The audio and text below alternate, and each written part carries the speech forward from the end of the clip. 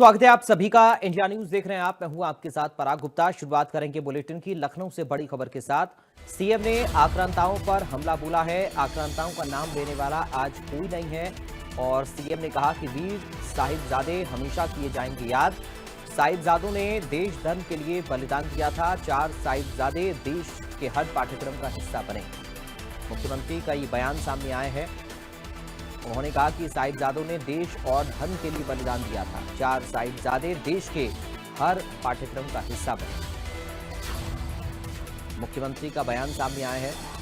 CM ने आक्रांताओं पर हमला बोला है। आक्रांताओं का नाम लेने वाला आज कोई नहीं है, ये मुख्यमंत्री ने कहा। साथ ही बोले कि वीर साहिबजादे हमेशा याद किए जाएंगे, लेकिन आक्रांताओं का नाम लेने वाला आज कोई नहीं है। साहिबजादों ने देश और धर्म के लिए बलिदान दिया था।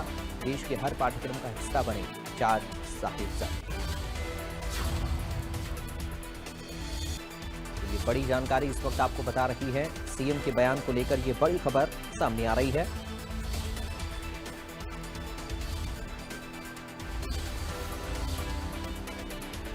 मुख्यमंत्री का ये बयान लखनऊ से बड़ी और अहम खबर इस वक्त आपको बता रही हैं। सीएम के बयान को लेकर ये बड़ी जानकारी इस वक्त सामने आ रही है। सीएम ने बयान दिया है। संवाददाता नरेंद्र यादव इस वक्त हमारे साथ जुड़ गए हैं अधिक जानकारी के साथ इस खबर पर। नरेंद्र, क्या कुछ अपडेट है मुख्यमंत्री के बयान को लेकर? किन किन बातों का जिक्र उन्होंने अपने बयान में किया है? देखिए, मुख्यमंत्री योगी आदित्यनाथ ने आज एक कार्यक्रम में जो 26 दिसंबर को वीर बाल दिवस के रूप में मनाया जाता है और गुरु गोविंद साहब के छोटे साहिबजादों की शहादत में ये दिवस मनाया जाता है और ये वीरता और शौर्य का प्रतीक है।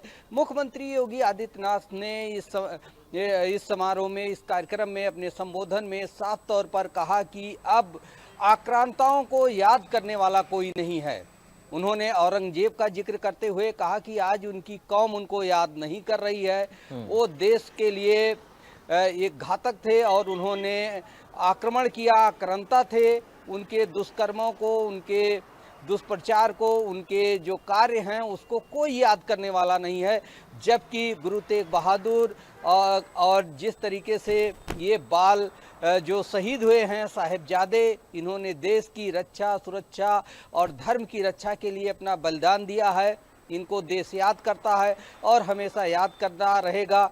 इनका जिक्र पाठ्यक्रमों में है, बच्चे इनको पढ़ते हैं, छात्र इनको पढ़ते हैं और देश इनको नमन करता है और याद करता है। उन्होंने कहा कि अब आक्रांताओं के लिए देश में और समाज में कोई जगह नहीं है, लेकिन जो ये वीर बाल दिवस मनाया जा रहा है, ये उनको याद किया जा रहा है। उनके प्रति सम्मान है जिन्होंने देश की रक्षा के लिए, धर्म की रक्षा के लिए अपना बलिदान दिया है। कुल मिला के कहा जा सकता है कि मुख्यमंत्री योगी आदित्यनाथ ने आज साफ अपने बयान में कहा कि देश में या प्रदेश में या कहीं भी हिंसा के लिए कोई जगह नहीं है।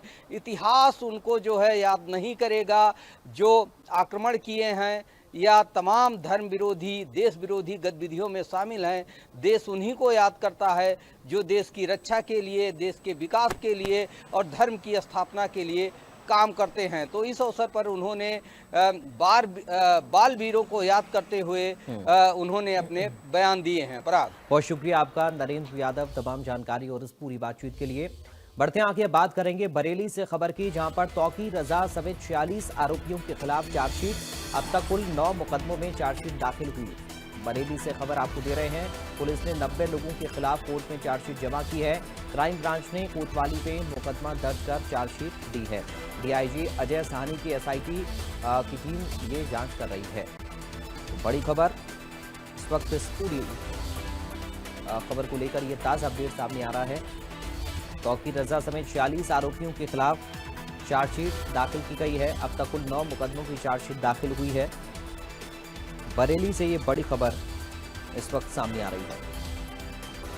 डीआईजी अजय साहनी की एसआईटी टीम जांच कर रही है। तौकीर रजा समेत 46 आरोपियों के खिलाफ ये चार्जशीट दाखिल हुई है। 9 मुकदमों की ये चार्जशीट दाखिल हुई है अब तक कुल। आलोक गुप्ता बरेली से हमारे संवाददाता जुड़ गए हैं। आलोक, क्या जानकारी मिल रही है? इस पूरी खबर को लेकर अपडेट करिए। आदेब 26 सितंबर को जब से बरेली बवाल हुआ था उसके बाद तौकीर रजा समेत अन्य लोगों के 11 लोगों के खिलाफ एफआईआर 11 मुकदमे में तौकीर रजा का नाम खोला गया था, जिसमें 9 जो मुकदमे हैं उनमें चार्जशीट दाखिल कर दी गई है। जो एक क्राइम ब्रांच जो इसकी जांच कर रही थी उसमें भी दाखिल हो चुकी है चार्जशीट, और लगभग 100 लोग ऐसे हैं जिनको मुलजिम बनाया गया है। और उसके साथ ही अभी जिन लोगों ने हाई कोर्ट में अपनी जमानत अर्जी दाखिल की थी, लेकिन पुलिस की पैरवी की वजह से वहां से भी उनको मुंह की खानी पड़ी और उनकी जो बेल थी वो रिजेक्ट कर दी गई है। फिर कुल मिला के तौकीर समेत अभी सभी लोग जेल में हैं और पुलिस लगातार इनके खिलाफ बड़ी कार्रवाई कर रही है और लगातार इनकी जो अवैध संपत्तियां हैं उन पर बीडीए कार्रवाई कर रही है और ध्वस्तीकरण की भी कार्रवाई देखने को मिल रही है। और शुक्रिया आपका आलोक, जानकारी और इस पूरी बातचीत के लिए। अब बात बुलंदशहर से खबर की, जहां पर फ्लिपकार्ट के वेयर हाउस में छापेमारी की गई और इस छापेमारी के दौरान पतंजलि का देसी घी मिला। सैंपलिंग फेल होने के बाद भी ये घी बेचा जा रहा। गोदरेज गोवर्धन ब्रांड के घी के सभी सैंपलिंग हुई है। खाद्य विभाग की टीम आगे की कार्रवाई में जुटी हुई है। तो ये फ्लिपकार्ट के वेयर हाउस में छापा मारा गया है। यहाँ पर पतंजलि का देसी घी मिला है। आपको ज्ञात हो कि पतंजलि घी के सैंपल फेल हुए थे और उसके बाद भी ये बेचा जा रहा है। और भी जो कंपनी के यहाँ पर घी मिले हैं उनके भी सैंपल लिए गए हैं। छापेमारी के दौरान पतंजलि का घी मिला है। सैंपलिंग फेल होने के बाद भी ये घी बेचा जा रहा है फ्लिपकार्ट से। तो गोदरेज और गोवर्धन ब्रांड के घी के सैंपल भी लिए गए हैं।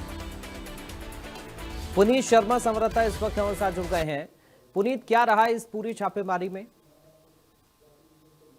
बिल्कुल, देखिए अगर छापेमारी की बात करें तो बुलंदशहर के कोतवाली सिकंदराबाद इलाके के ये का मामला है, जहां ये बताया गया था कि फ्लिपकार्ट से एक कस्टमर ने जो है घी मंगाया था और उसको ये लगा कि मेरा घी जो है वो इसमें मिलावट है और वो पतंजलि का घी बताया जा रहा था। तभी उस कस्टमर ने शिकायत की और उसके बाद में ये पता लगा कि ये जो है घी जो है बुलंदशहर के सिकंदराबाद में जो फ्लिपकार्ट का वेयर हाउस है वहां से जो है ये सप्लाई किया गया है। तो इसको लेकर के बुलंदशहर खाद्य विभाग की टीम ने आज वहां छापेमारी की और छापेमारी के दौरान वहां पर जो सबसे बड़ी बात है कि जिस बैच की उसने शिकायत की थी उसी बैच का जो है देसी घी वहां पर मिला और उसकी सैंपलिंग की गई।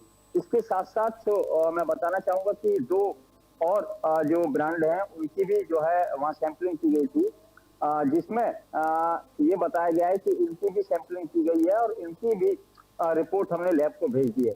देखना अब ये होगा कि क्या रिपोर्ट आती है, क्योंकि पहले भी पतंजलि का जो घी है वो जो है इसमें सैंपल फेल हुआ था और उसके बाद भी ये बिक रहा था। तो कहीं ना कहीं एक बड़ा ये मामला है। हालांकि खाद्य विभाग की टीम ने ये कहा है कि हमने सैंपल भेज दिए हैं जांच के लिए, लेकिन ये कब रिपोर्ट आती है ये अभी फिलहाल कहना मुश्किल है। लेकिन कहीं ना कहीं जिस तरीके से ये घी जो बिक रहा था ये एक बड़ा सवालिया निशान है। हालांकि खाद्य विभाग के अधिकारी ये कह रहे हैं कि जैसे ही रिपोर्ट आती है उसको तुरंत मीडिया को बताया जाएगा। लेकिन ये रिपोर्ट कब तक आती है और रिपोर्ट में क्या आता है, क्या ये घी वाकई में सही था या ये घी खाने योग्य नहीं था, इस बात का फैसला तो आने वाला वक्त करेगा। जी चलिए, शुक्रिया आपका पुनीत, जानकारी और इस बातचीत के लिए। बात अब झांसी से खबर की, जहां पर ट्रक लोगों को रौंदते हुए खाई में गिर गया। हादसे में 2 लोगों की मौत हो गई है। इसमें कई लोग नहर में गिरे हैं। रेस्क्यू चल रहा है। पुलिस और स्थानीय लोग बचाव में जुटे हुए हैं। क्रेन की मदद से ट्रक को बाहर निकाला गया है। बड़ा गांव थाना क्षेत्र का ये पूरा मामला बताया गया है। पुलिस और स्थानीय लोग बचाव में जुटे हुए हैं। खाई में ट्रक गिर गया। क्रेन की मदद से ट्रक को बाहर निकाला गया। बड़ी जानकारी इस वक्त सामने आ रही है। झांसी से खबर है, ट्रक लोगों को रौंदते हुए खाई में गिरा है।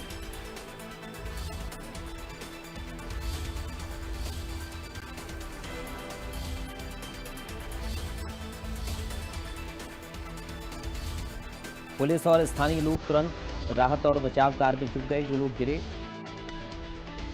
जिन लोगों को चोटें आई हैं इन सबको देखा गया है। ट्रक खाई में गिरा, लोगों को रौंदते हुए 2 लोगों की इसमें मौत भी हुई है। ये दर्दनाक हादसा हुआ है। कई लोग नहर में गिरे हैं जिनका रेस्क्यू किया जा रहा है। नहर में कई लोगों की गिरे होने की जानकारी मिली है।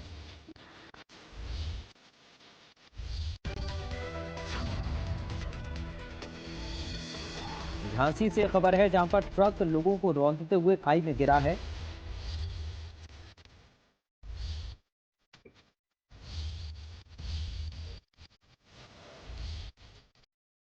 कई लोगों के नहर में गिरने की जानकारी भी सामने आई है। रेस्क्यू किया जा रहा है।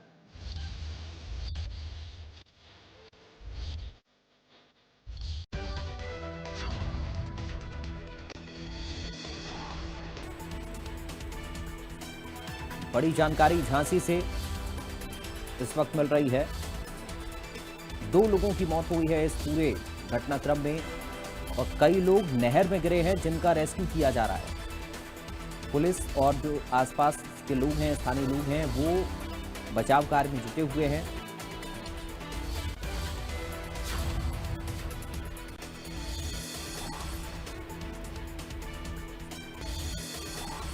तो झांसी से ये बड़ी खबर इस वक्त आपको बता रही हैं। बड़ी जानकारी झांसी से सामने आ रही है। एक ट्रक लोगों को रौंदते हुए खाई में गिरा, 2 लोगों की मौत हो गई, कई लोग नहर में गिर गए। स्थानीय लोग और पुलिस राहत में जुटे।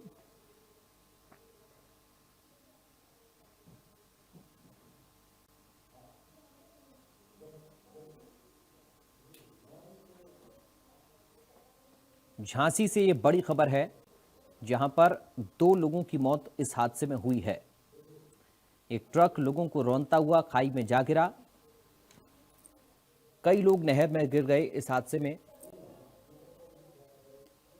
2 लोगों ने अपनी जान गंवा दी। जो लोग इससे हताहत हुए, उनका रेस्क्यू किया जा रहा है। देखिए, मौके पर क्रेन भी पहुंच गई इस ट्रक को बाहर निकालने के लिए खाई से। आसपास के लोग भी जुट गए, पुलिस भी मौके पर पहुंच गई और रेस्क्यू किया है। संवाददाता शहजाद खान झांसी से इस वक्त हमारे साथ जुड़ गए हैं। शहजाद, अभी क्या अपडेट है, मौके पर क्या स्थिति है? बड़ा देखिए, बिल्कुल जिस तरह से ये एक्सीडेंट हुआ है, ये झांसी के परीक्षा के पास जो बनी नहर है उसके पास ये एक्सीडेंट हुआ है। ये चिड़गांव थाना क्षेत्र का है। यहाँ पर ये ट्रक का हटा के उस स्टील की प्लेटें और प्लेट लटकर जा रही थी। का जो ट्रक है वो अनियंत्रित हो गया था। जो रोड पर जो पट्टी डालते यानी कि जो शिशिया का ठेला लगाया हुआ था, उसको रौंदते हुए ये ट्रक नहर में गिर गया। इसके बाद जैसे ही इसकी सूचना पुलिस की, पुलिस मौके पर पहुंची और रेस्क्यू ऑपरेशन चालू कर दिया। फिलहाल पूरे घटनाक्रम में अभी 2 लोगों की मौत होने की सूचना बताई जा रही है, जबकि एसएसपी झांसी बीबी मूर्ति ने एक व्यक्ति की मौत की सूचना कंफर्म की है। और जो ये घटना है, कहीं ना कहीं झांसी में एक दर्दनाक घटना हुई है। सबसे बड़ी बात तो ये है पराग, इस पूरी घटनाक्रम में जो लोग हैं अभी भी लगातार टीम, जो एनडीआरएफ की टीम है, पुलिस की टीम हो, चाहे स्थानीय लोग हो, वो लोगों की तलाश कर रही है। क्योंकि अभी भी जो ट्रक चालक था और उसमें जो लोग, वो उनकी पुष्टि नहीं हो पाई है। वो कहीं ना कहीं अभी भी मिले नहीं है, ना उनकी बॉडी मिली है, ना लोग मिले हैं। तो अभी भी लगातार उन लोगों की भी जो तस्वीर वो चल रही है। और इसके अलावा जो घायल हुए हैं उनको झांसी मेडिकल कॉलेज में भर्ती करा दिया गया है। फिलहाल इस पूरे मामले में लगातार अभी भी रेस्क्यू चालू है। एक बार हम आपको वो तस्वीरें एक बार देख लीजिए। ये हम वही घटना स्थल पर मौजूद है और लगातार घटना स्थल पर तमाम क्रेनें आ गई हैं। एसएसपी झांसी खुद मौजूद है। इसके अलावा कई थानों का फोर्स है, सिटी मजिस्ट्रेट है, तमाम झांसी के अधिकारी लगातार इस पूरे घटनाक्रम को लेकर रेस्क्यू ऑपरेशन चला रहे हैं। और जो रेस्क्यू है वो लगातार पिछले 2 घंटे चल रहा है। इसके अलावा इस पूरे मामले में एक व्यक्ति की मौत की कंफर्म एसएसपी झांसी ने की है। इसके अलावा लेकिन जो हमारे सूत्र बता रहे हैं वो कहीं ना कहीं 2 लोगों की मौत होने की सूचना आ रही है। और इसके अलावा जो लोग घायल है उनका मेडिकल कॉलेज में इलाज चल रहा है। अभी भी लोगों की तलाश इसलिए जारी है क्योंकि जो नहर है उसमें लोग घुस गए थे। ट्रक था, वो ट्रक लोगों को रौंदते हुए नहर में गिर गया था। और जो लोग ठीक है शहजाद, बहुत शुक्रिया। फिलहाल के लिए आप लेकिन नजर रखेगा, आगे जो भी अपडेट होगा आपके जरिए हम जरूर अपने दर्शकों तक पहुंचाएंगे। बढ़ते हैं आगे, बात करेंगे प्रयागराज से खबर की, जहां पर दामाद ने सास की गोली मारकर हत्या कर दी। पारिवारिक विवाद के चलते सड़क पर हत्या कर दी गई। मृतक सास का नाम आशिया खातून बताया जा रहा। मौके पर पुलिस पहुंची, जांच पड़ताल शुरू हो गई है। हत्या की आरोपी दामाद इरफान की तलाश की जा रही है। डीसीपी सिटी मनीष कुमार शांडिल ने जानकारी इस केस को लेकर दी है। सिटी जोन के करेली थाना क्षेत्र का ये पूरा मामला है। एक दामाद ने अपनी सास की हत्या कर डाली है। बड़ी खबर प्रयागराज से, दामाद ने सास की गोली मारकर हत्या कर दी। पारिवारिक विवाद के चलते अपनी सास को गोली मारकर उसकी हत्या कर दी है। और ये पूरा जो घटनाक्रम हुआ वो प्रयागराज के करेली थाना क्षेत्र के भवापुर इलाका है, वहां पे ये घटना हुई। वहीं के पास एक काली माँ का मंदिर है, उसी के थोड़ी दूर के एकदम घटना को अंजाम दिया गया। और जिस समय घटना की गई उसमें वो वहाँ पे काफी ज्यादा भीड़ थी। उसके बावजूद जो दामाद था इरफान जो बताया जा रहा है, उसने उनको गोली मारी और गोली मार के मौके से वो फरार भी हो गया वहाँ से। और पुलिस वहाँ मौके पे पहुंची है, फॉरेंसिक की टीम पहुंची वहाँ पे, जांच पड़ताल में जुटी हुई है। और साथ ही डीसीपी जो है मनीष शांडिल वो पहुंचे थे और साथ ही और भी तमाम अधिकारी मौके पे पहुंचे हैं। उन्होंने वहाँ के जो आरोपी है उसकी गिरफ्तारी के लिए कई टीमें लगाई हैं कि उसको जल्द से जल्द गिरफ्तार किया जाए। क्योंकि जिस तरह से घटनाक्रम हुआ है, दिन दहाड़े इस तरह से एक महिला की गोली मारकर हत्या कर दी गई, उससे इलाके में सनसनी फैल गई है। और पूरे प्रयागराज में भी एक सवाल कानूनी व्यवस्था के ऊपर उठ रहा है कि आखिरकार किस तरह से पुलिसिंग हो रही है। करेली थाने की पुलिस किस तरह से पुलिसिंग कर रही है कि अपराधी जो है घटना को अंजाम कर रहे हैं, खुलेआम आराम से वहां से भाग जा रहे हैं। तो करेली थाने की पुलिस के ऊपर भी एक बड़ा सवाल है। चलिए, बहुत शुक्रिया आपका हमें तमाम जानकारी और इस पूरी बातचीत के लिए। सोनभद्र में दिन दहाड़े 10 लाख रुपए की लूट हो गई।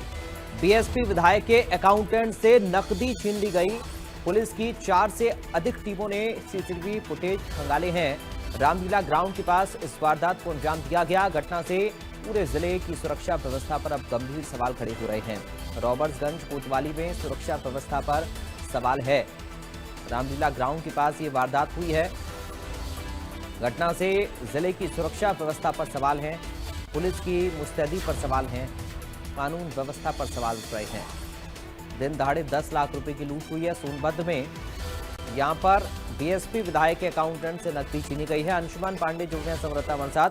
अंशुमन, कैसे ये लूट की वारदात हुई है और पुलिस अभी क्या कह रही है इस पूरे मामले को लेकर?